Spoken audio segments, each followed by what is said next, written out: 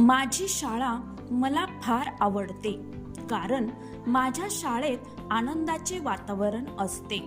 आमच्या मॅडम आम्हाला अभ्यासाबरोबरच खेळ, गाणी, गोष्टी शिकवतात, आमची काळजी घेतात.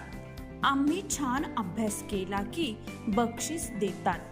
आमच्या शाळेत वेगवेगळे उपक्रम घेतले जातात, कारण या मंगल व पवित्र देशाचे भविष्य आमच्या हातात आहे. धन्यवाद.